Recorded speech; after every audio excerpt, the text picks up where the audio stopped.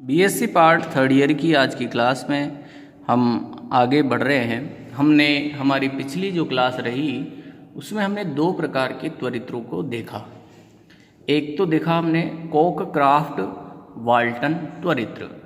कोकक्राफ्ट Walton त्वरित्र में जो है डायोड और संधारित्र से बनी एक गुणन संगुणन करने वाली युक्ति का उपयोग किया जाता है। यानी कि जैसे वोल्टता त्रिगुणक होता है, वोल्टता द्विगुणक होता है, इसी तरह इसमें जैसे जैसे हम परिपथ बढ़ाते जाते हैं वोल्टता का गुणन होता जाता है। जैसे पहले 2 वोल्ट था तो फिर निवेशी वोल्टता यदि V वोल्ट है तो एक सर्किट से गुजरने के बाद उसकी वोल्टता 2 वोल्ट हो गई, फिर अगले दूसरे परिपथ जाल से गुजरने के बाद उसकी 4 वोल्ट हो जाएगी। इस तरह से उसकी वोल्टता में परिवर्तन होता है। और इस प्रकार के त्वरित्र में कोकक्राफ्ट त्वरित्र में जब कोई धनायन गुजरता है तो इसकी वोल्टता में लगभग 4 मेगा इलेक्ट्रॉन वोल्ट की ऊर्जा में वृद्धि होती है। इसके अलावा हमने जो है दूसरा जो त्वरित्र लिया वो है आपके वान डे ग्राफ त्वरित्र। तो वान डे ग्राफ जो त्वरित्र है इसके द्वारा भी हम जो है धनायनों को त्वरित कर सकते हैं, उनकी ऊर्जा बढ़ा सकते हैं। और इसमें हमने देखा था कि एक बेल्ट होता है और वो बेल्ट 2 घिरनियों के मध्य लगा रहता है, और जो ऊपरी घिरनी होती है वो ऊपरी घिरनी एक खोखले चालक गोले से संबंधित होती है। तो यहाँ निवेशी जो एक कोम्ब होता है कंघा, तो वहाँ से धनायन उस पट्टे पर आरोपित किए जाते हैं और उस पट्टे से धनायन होते हुए दूसरे कंघे यानी कि दूसरा कोम्ब है C2 वहाँ तक जाते हैं, और C2 कोम्ब जो है उस चालक गोले से संबंधित रहता है। तो ये सभी धनायन उस चालक गोले पर आरोपित हो जाते हैं। तो समस्त धनायन उस चालक गोले से होकर के गुजरते हैं, तो वहाँ उनकी वृत्ताकार पथ में घूमने से उनकी जो ऊर्जा है उसमें क्या होती है, वृद्धि होती है। उसमें ऊर्जा वृद्धि होने से और इनकी जब ऊर्जा अधिकतम हो जाती है, और यहाँ वान डे ग्राफ जो त्वरित्र है, वान डे ग्राफ त्वरित्र द्वारा जो है वोल्टता का मान 10 मेगा इलेक्ट्रॉन वोल्ट तक बढ़ाया जा सकता है। इसके पश्चात जो है इसे निर्धारित जो लक्ष्य है वहाँ पर आरोपित कर दिया जाता है। नेक्स्ट हम बात करते हैं अनुबद्ध स्थिर वैद्युत जनित्र या त्वरित्र की। अनुबद्ध स्थिर वैद्युत जनित्र या त्वरित्र की। तो यहाँ देखिए इसका जो डायग्राम है वो लगभग वान डे ग्राफ त्वरित्र जैसा है। ये जो है यहाँ पर भी एक पट्टा लगा रहता है, 2 घिरनियाँ होती है, D1 और D2 घिरनियाँ हैं P1 और P2 के रूप में, P1 घिरनी, P2 घिरनी, और यहाँ फुहार वोल्टता लगी रहती है, और यहाँ जो है एक फुहार बिंदु होता है जो इस भाग से संबंधित रहता है, और यहाँ जो है वोल्टता में वृद्धि होने के पश्चात यहाँ से जो है धनायनों को कहाँ निश्चित जो लक्ष्य है, टारगेट है, वहाँ भेज दिया जाता है। यहाँ से धनायन निकलते हैं और इसमें होकर के इसकी ऊर्जा में वृद्धि होती है। यहाँ पर ऊर्जा में वृद्धि होने के बाद टारगेट पर पहुँचा दिए जाते हैं।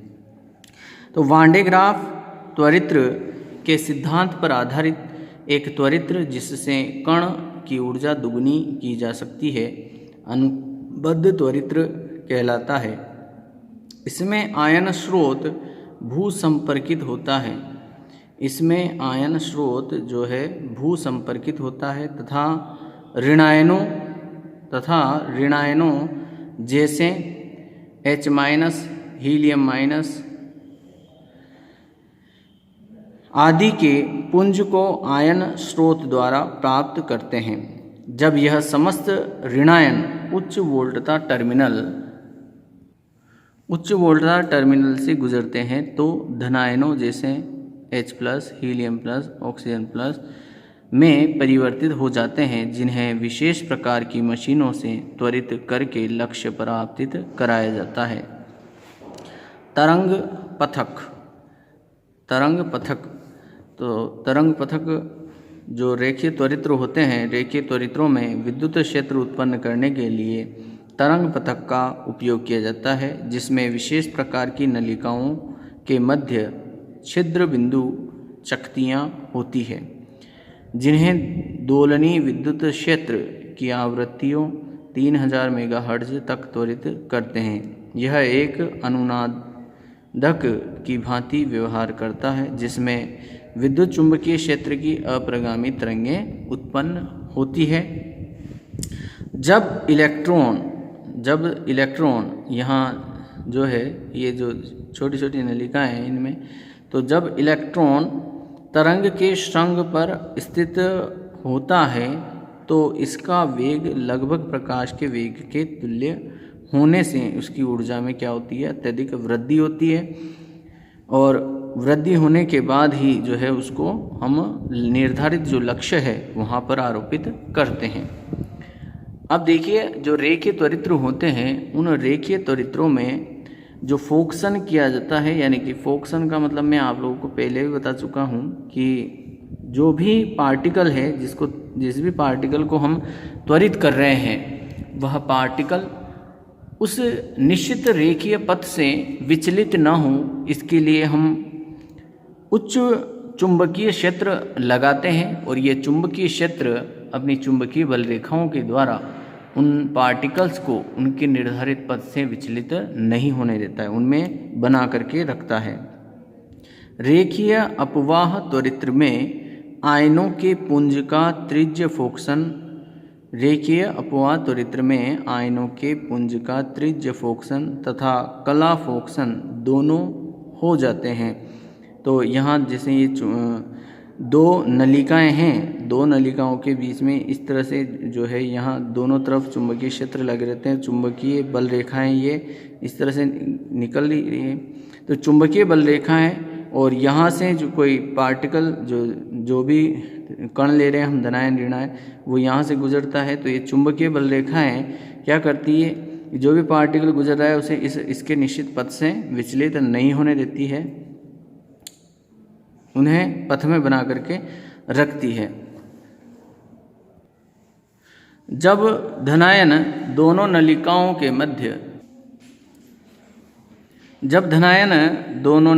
के मध्य प्रथम आधे भाग में गति करता है, तो उसके वेग का ऊर्ध्वाधर घटक नली की अक्ष के अनुदिश होता है, जिससे वेग में वृद्धि डेल्टा वी होगी, जिससे धनायन अगले अर्धचक्र में आगे की नली में प्रवेश करेगा। त्रिज्य फोकसन अथवा कला फोकसन के लिए वेग का ऊर्ध्वाधर घटक डेल्टा वी डैश निम्न प्रकार परिवर्तित होना चाहिए, यानी कि डेल्टा वी, जो डेल्टा वी डैश है, जिसे हम ऊर्ध्वाधर घटक ले रहे हैं डेल्टा वी डैश, उसका मान क्या होना चाहिए, डेल्टा वी, जो वेग में वृद्धि हो रही है डेल्टा वी, उससे क्या होना चाहिए, कम होना चाहिए। Types of ion source. Ion के जो सोर्स हैं वो कितने प्रकार के हो सकते हैं, यानी कि आयन स्रोतों के प्रकार। आयन स्रोतों के प्रकार। नंबर 1, तप्त कैथोड आर्क। तप्त कैथोड आर्क। तप्त कैथोड से जो है तापायनिक उत्सर्जन द्वारा इलेक्ट्रॉन उत्सर्जित होते हैं। जो कैथोड है, हम जानते हैं कि कैथोड को हम सर्किट में देखते हैं तो कैथोड होता है बैटरी का निगेटिव पार्ट, ठीक है। तो जो कैथोड है तब निगेटिव पार्ट है, तो निगेटिव पार्ट से जो है उत्सर्जन किनका होगा, इलेक्ट्रॉनों का। तो तप्त कैथोड पार्ट से तापायनिक उत्सर्जन द्वारा इलेक्ट्रॉन उत्सर्जित होते हैं, जिन्हें फोकसित करके एक पतले समांतर पुंज के रूप में, यानी कि इलेक्ट्रॉन पुंज के रूप में हम प्राप्त करते हैं। तप्त कैथोड आर्क से 200 वोल्ट विभव पर इलेक्ट्रॉन प्राप्त करते हैं। अब बात करते हैं स्पार्क विसर्जन स्रोत। दूसरा है स्पार्क विसर्जन स्रोत। इसमें 2 इलेक्ट्रोडों के मध्य रेडियो आवृत्ति विद्युत स्रोत से विसर्जन करते हैं। जिस पदार्थ के आयन प्राप्त करने हैं उसका एक इलेक्ट्रोड लगाते हैं। इसमें धनायनों की समांतर पुंज हम प्राप्त करके रेखीय त्वरित्र या जो हमारे पास प्रोटॉन सिंक्रोट्रॉन है, प्रोटॉन सिंक्रोट्रॉन में जो है हम उपयोग करते हैं। बात करते हैं हम नेक्स्ट जो सोर्स है चुंबकीय आयन स्रोत। इसमें एक अक्षीय चुंबकीय क्षेत्र लगाकर, एक अक्षीय चुंबकीय क्षेत्र आरोपित करके लगा करके इलेक्ट्रॉनों को चुंबकीय बल रेखाओं के अनुदिश, इलेक्ट्रॉन हैं उन्हें चुंबकीय बल रेखाओं के अनुदिश सर्पिलाकार गति कराते हुए इलेक्ट्रॉन की समांतर पुंज को हम प्राप्त करते हैं। नेक्स्ट हम लेते हैं रेडियो आवृत्ति विसर्जन स्रोत। इसमें पायरेक्स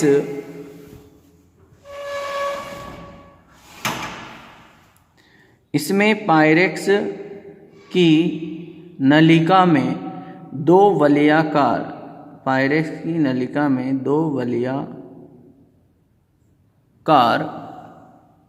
वलयाकार इलेक्ट्रोड के द्वारा रेडियो आवृत्ति पर विसर्जन कराते हैं तथा चुंबकीय क्षेत्र के द्वारा कैथोड से निकले इलेक्ट्रॉनों को सर्पिलाकार गति करा के अधिक से अधिक परमाणुओं से टक्कर करवाते हैं, जिससे धनायन उत्सर्जित होते हैं। दोलनी इलेक्ट्रॉन आयन स्रोत। इसमें एक बेलनाकार एनोड और उसके सिरे पर 2 चकती नुमा कैथोड लगाते हैं। 2 चकती नुमा कैथोड हम लगाते हैं जिसमें लगभग 100 वोल्ट विभवांतर द्वारा विसर्जन कराते हैं तथा 10⁴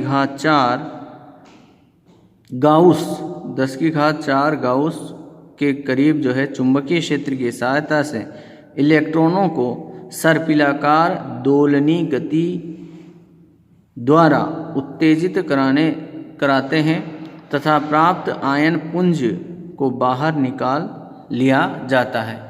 तो इस प्रकार जो त्वरित्रों की जो यूनिट थी हमारी यूनिट, यह यूनिट 4th जो जिसमें हमने त्वरित्र, विभिन्न प्रकार के त्वरित्रों को जाना, ये यूनिट यहीं पर हमारी समाप्त होती है। यदि इसमें किसी को किसी प्रकार की कोई समस्या आती है तो 10 से 4 बजे के कॉलेज टाइम में आप कॉलेज आकर के पूछ सकते हैं।